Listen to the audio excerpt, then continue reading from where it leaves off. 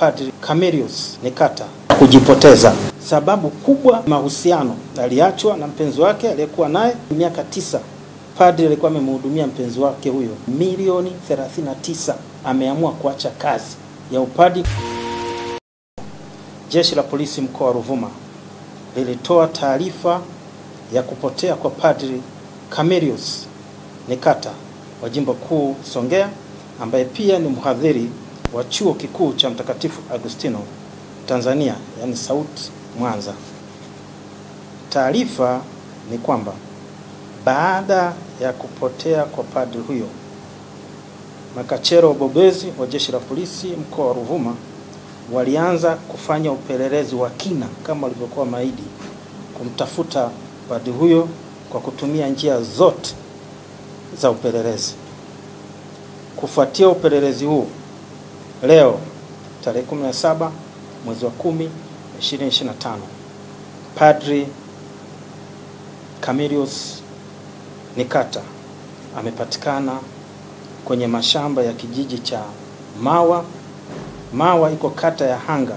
Hanga hii ni sehemu ambayo ni nyumbani kwao Padri Camillus Alon Nikata. Amepatikana akiwa hai, akiwa mzima kabisa, akiwa hana jeraha, akiwa na nguo zake zote alizotoka nazo kutoka jimboni siku ile jioni, akiwa na kile kibegi tulichowaambia kwa taarifa ya kwanza alitoka nacho akiwa pale. Lakini padri amepatikana akiwa mazoofu kwa njaa baada ya kutokula kwa siku nyingi, na ambazo alikuwa akishindia karanga na maji. Aidha, padri huyo amekutwa na begi lake dogo londoka nalo ikiwa imeanza kuliwa na mchwa.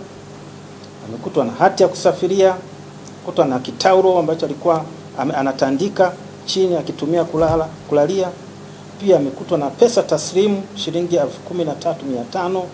Amekutwa na saa yake ya mkononi ikiwa iko safi kabisa. Amekutwa na miwani, amekutwa na dawa za paracetamol, amekutwa na simu yake akiwa ameizima. Vile vile amekutwa na funguo mbalimbali ikiwepo funguo ya chumba alichokuwa analala jimboni kabla ya kujipoteza. Sababu kubwa za padri kujipoteza na kutokomea mashambani karibu na kijiji alichozaliwa ni kama zifuatazo.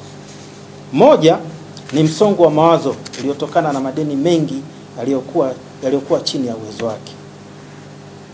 Upelelezi umegundua madeni mengi ambayo padri alikuwa anakabiliana nayo na kuonyesha kwamba alikuwa anashindwa kuyarudisha, na wanaomdai tumewapata. Pili ni mahusiano. Padri aliachwa na mpenzi wake aliyekuwa naye kwa muda wa takriban miaka 9, na ambaye alikuwa anamhudumia kwa gharama kubwa, na kwa kipindi cha ambapo mwezi wa 7 mpenzi wake huyo aliamua kuachana naye.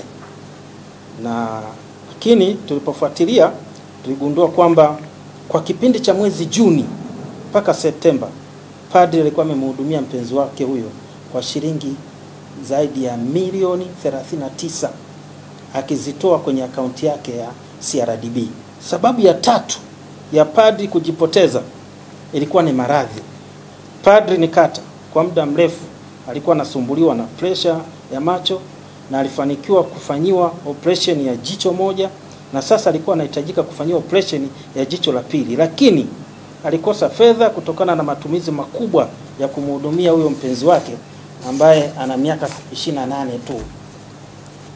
4, padri huyo alikuwa, sababu ya 4, padri huyo alikuwa ameamua kuacha kazi ya upadi kwa sababu za kiafya, sababu za hayo mahusiano, sababu za hali mbaya ya kifedha. Lakini fadha huyo hakupewa nafasi ya kusikilizwa na uongozi wake.